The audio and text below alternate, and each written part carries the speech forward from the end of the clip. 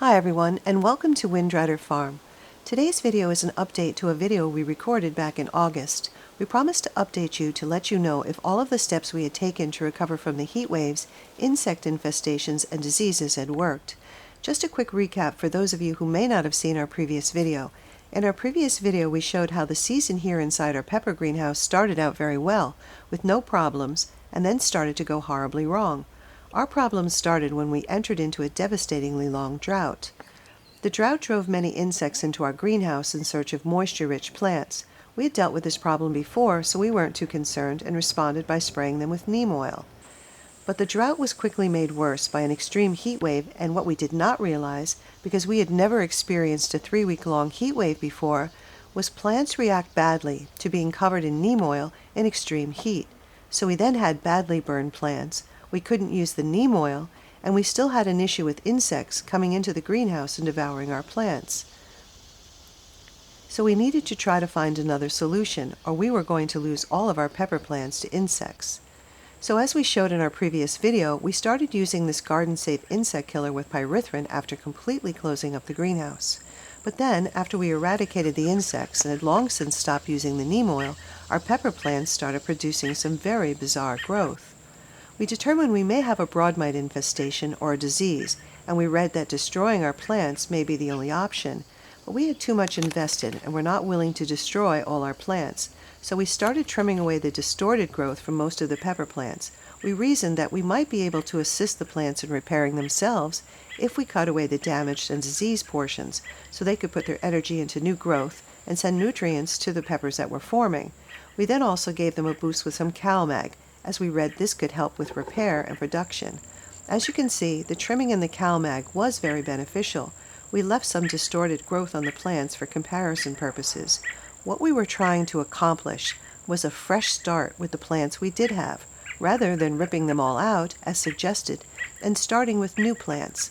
In our short growing season, that was not an option, as the plants would not have enough time to develop and produce mature peppers.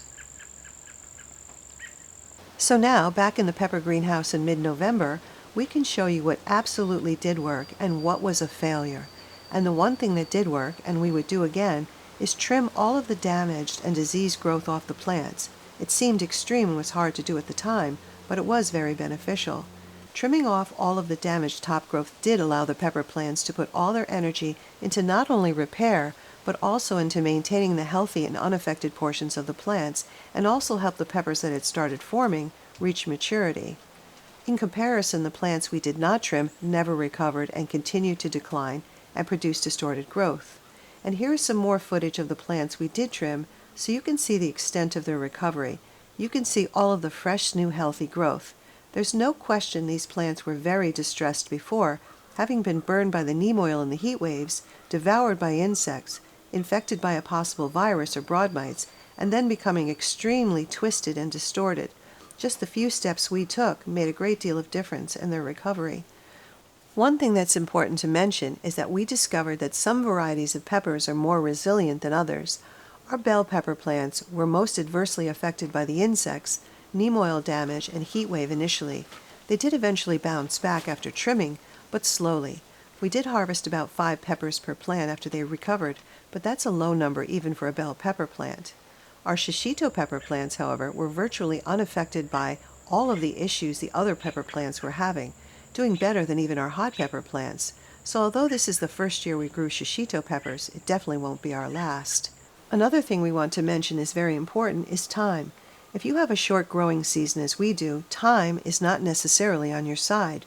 Gardening in a short season climate means you have to fix any problems as soon as they arise, and quickly.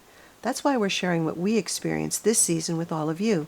So if you experience an insect infestation during a heat wave, you know from our experience that neem should not be used when temperatures are in the high 90s for a long period of time, because the potential for damage to your plants is high, and it does take a long time for them to recover.